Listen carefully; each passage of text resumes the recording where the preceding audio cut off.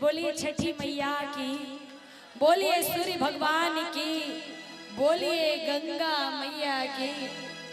भैया लोग ये भजन आप लोग जरा गौर से सुनिएगा। चलिए कहना है क्या और कैसे कि ग्राम के अधिकारी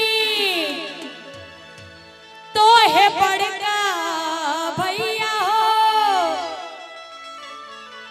आहे छोटका भैया हो भैया हाथा दास पोखरी खुनाई दी है, चंपा फूल लगा दी है।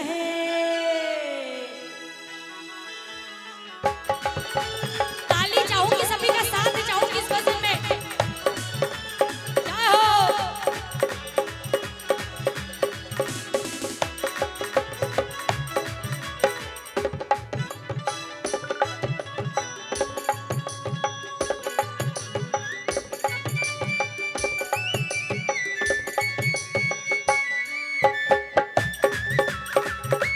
क्या बात।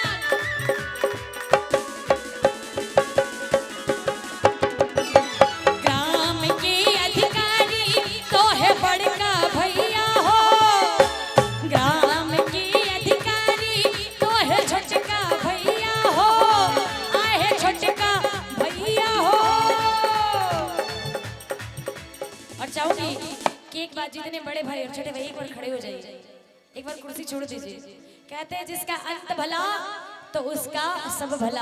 चाहूंगी एक बार कुर्सी छोड़ दीजिए बड़े भाई लोग, एक बार मेरे लिए नहीं महामाई के लिए। और दोनों हाथ उठाइए जरा, जो चाहते हैं कि हमारे घर पे भी छठ पूजा हो और हम भी घाट सजाए, जरा पीछे वाले उठाइए जरा दोनों हाथ। और कैसे कि ग्राम के